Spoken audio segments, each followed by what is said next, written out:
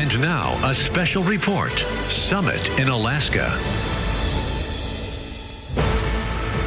A historic handshake on Alaska's ground. Two world leaders meet on Joint Base Elmendorf-Richardson.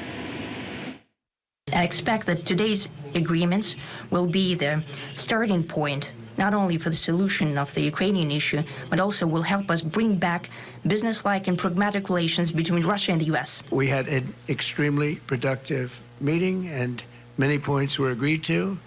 There are just a very few that are left. Some are not that significant. One is probably the most significant, but we have a very good chance of getting there. We didn't get there, but we have a very good chance of getting there. Well, we continue our coverage tonight of the U.S.-Russia summit here in Alaska today. And of course, we have team coverage in multiple places of the state.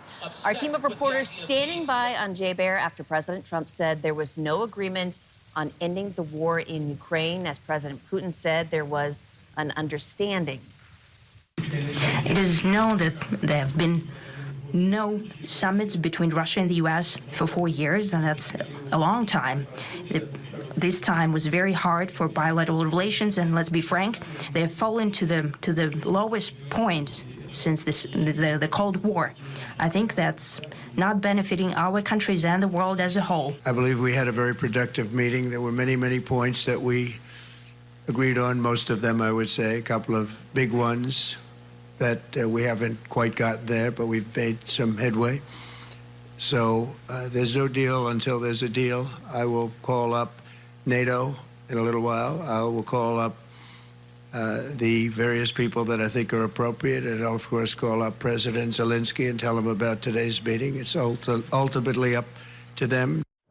And of course, tonight, about 4 hours after those comments, we are still waiting on Ukraine's President Zelensky for him to respond. That's right. That as we bring you complete coverage of the summit in Alaska. We begin with our investigative teams, Augusta McDonald and political reporter Will Courtney, to update us after witnessing that press conference. Augusta and Will.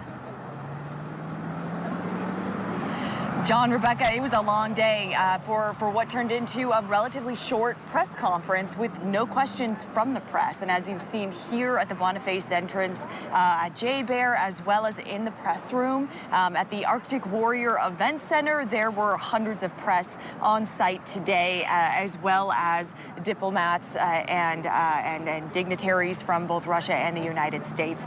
Lots of folks in town for this, and it was relatively, what did we come up with? 15 12 minutes. 12 minutes of comments. Yeah. Incredibly short. And like we've mentioned, no questions answered at the press conference. And we also just heard in an NBC News report just before this as well, as President Trump was getting onto Air Force One, there was no answers to any of the press questions on board the actual plane itself.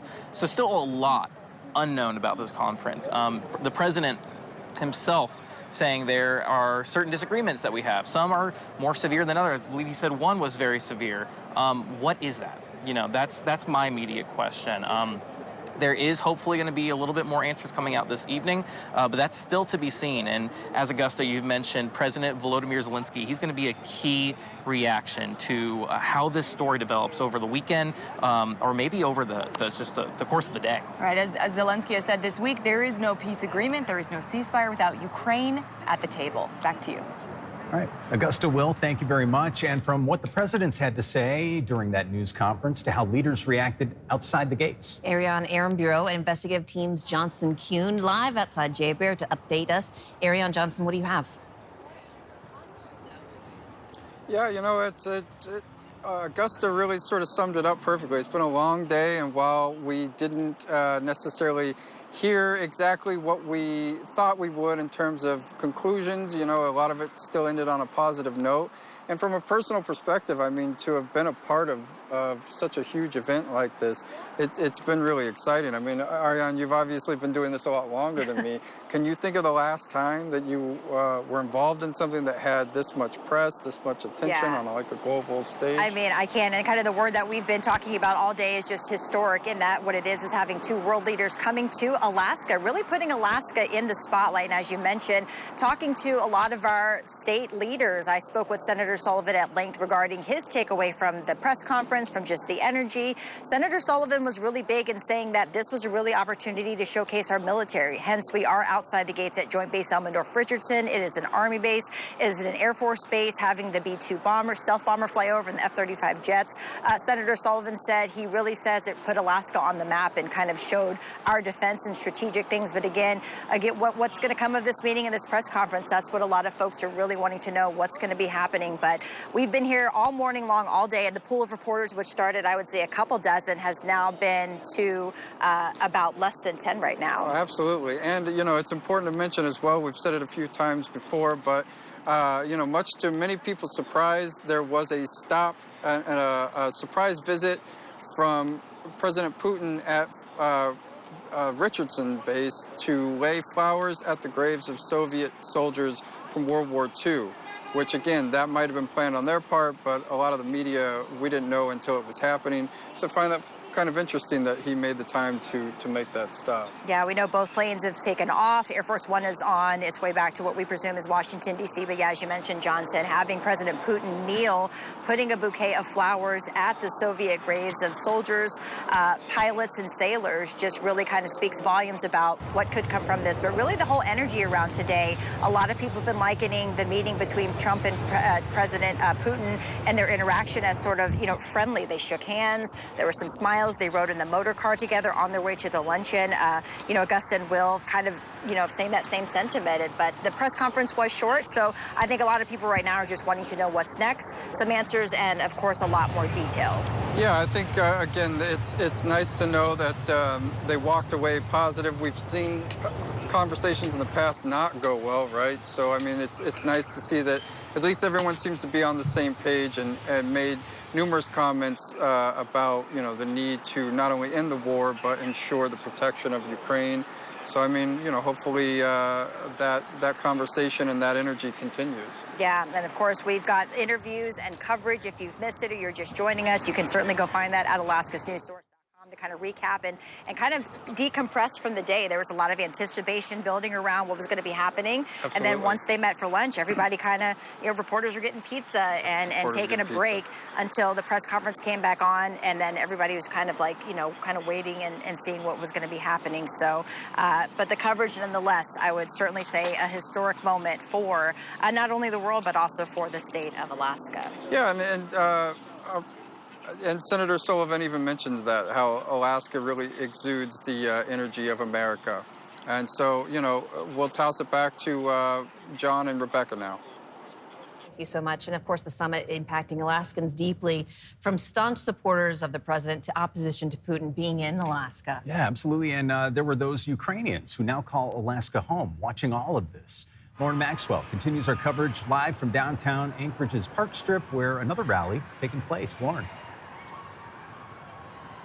That's right. Another rally that actually, I think at least 200 people were just on the Park Strip a moment ago. I'm going to step aside. You can see the very, very tail end of them as they march through the streets of downtown Anchorage. They just started moving, and yeah, they're pretty fast considering the size of the crowd. This particular rally is sponsored by the Party for Socialism and Liberation. They told me they're anti-Trump. They told me they are anti-war, and that they would like to actually see some of the money that the United States is putting into Ukraine come back to the States for social programs and whatnot. Regardless, they said this isn't a time for politics. It's a time for people to stand together and try and end the war. And we should mention, this was just one of several rallies that took place today. It started earlier this morning, the Alaska Republicans sponsoring a rally, and a lot of folks out there telling me they were very happy to see the president here, welcoming him to Alaska, and very hopeful that he would be able to broker some kind of a deal.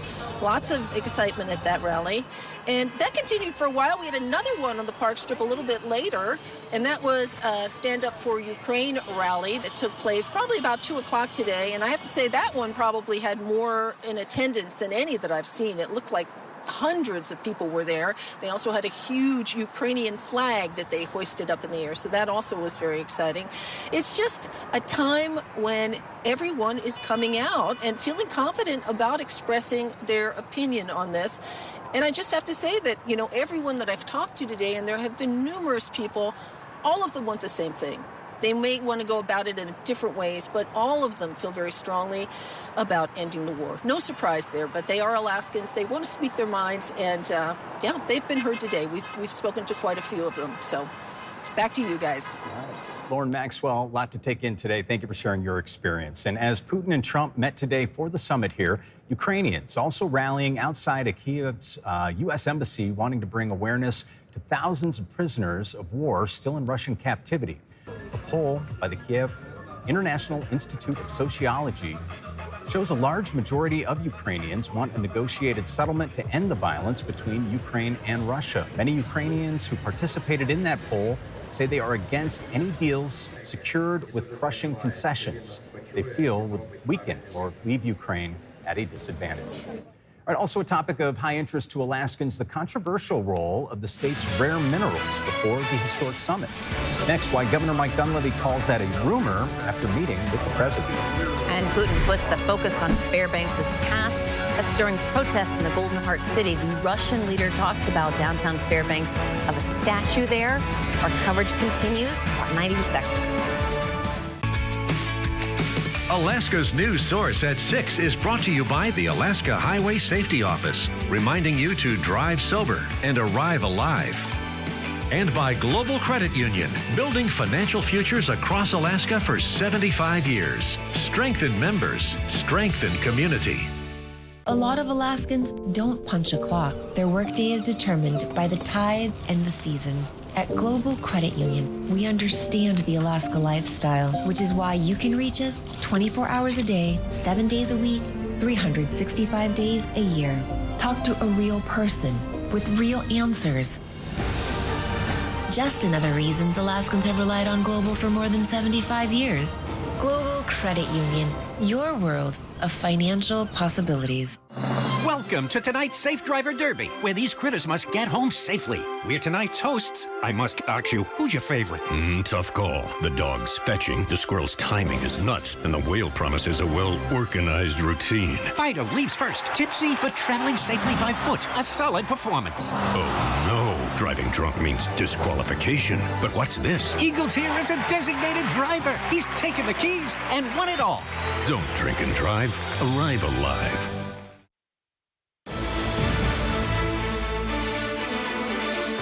And now, a special report. Summit in Alaska.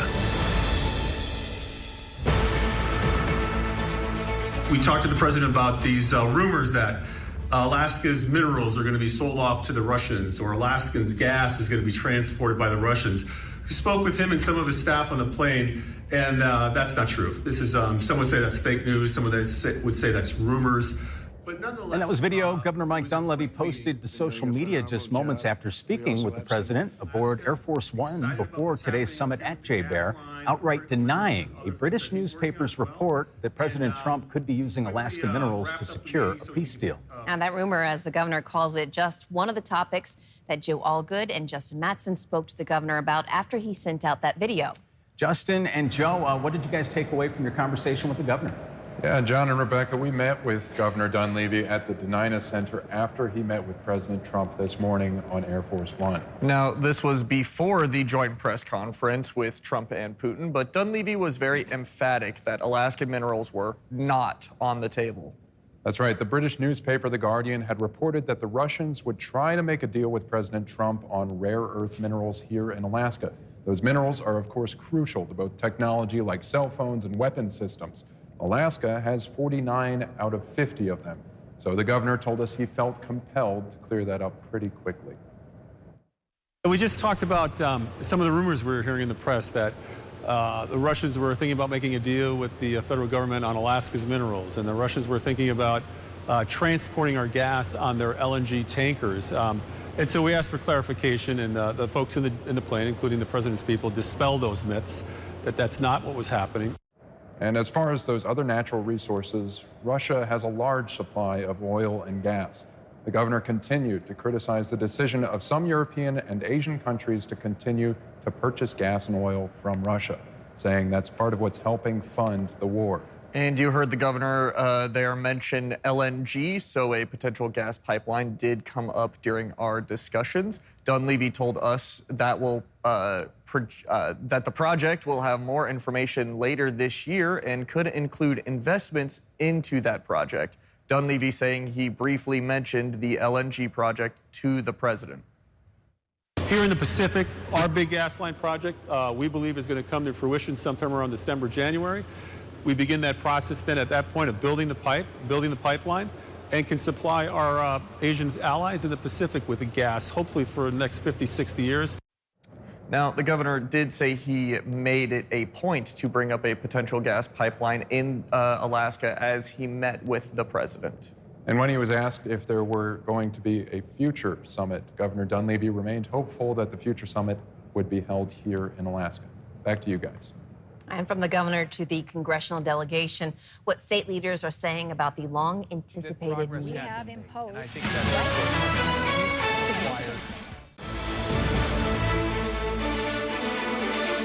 And now, a special report, Summit in Alaska. And our complete coverage of the Trump-Putin summit here in Alaska with what Alaska's congressional delegation thought, starting with Senator Murkowski's discussion with the president. I had an opportunity to speak with the president briefly yesterday before he left Washington, D.C. And he shared with me much of what he has shared to the public. He says, you know, it's either going to go bad real quick, or maybe we're going to be able to do something. Well, it apparently hasn't. Nothing's happened real quick. I mean, they're still meeting, so that's a good sign. I do think Alaskans could be proud that the strength of our state and the choice of our state and the strategic location of our state was chosen, and I guarantee it made an impression on the Russians and made an impression on the whole world, because the whole world was watching this. Peace requires dialogue. If we're going to get to a peaceful solution to this war, we're going to have these conversations, and it's good that we're having those discussions and that it happened on our home turf. And I think what we saw from President Trump in the first 6 months was a prioritization of resolving this conflict and many others around the world. President Zelensky in Washington, D.C. to have conversations before this conversation occurred. And hopefully what we're seeing is the evolution of a brokering of a peace agreement. Thanks for listening. Click subscribe so you can get the latest podcast from Alaska's news source automatically. And stay up to date with breaking news and in-depth reporting available for free 24/7 with the Alaska's news source app.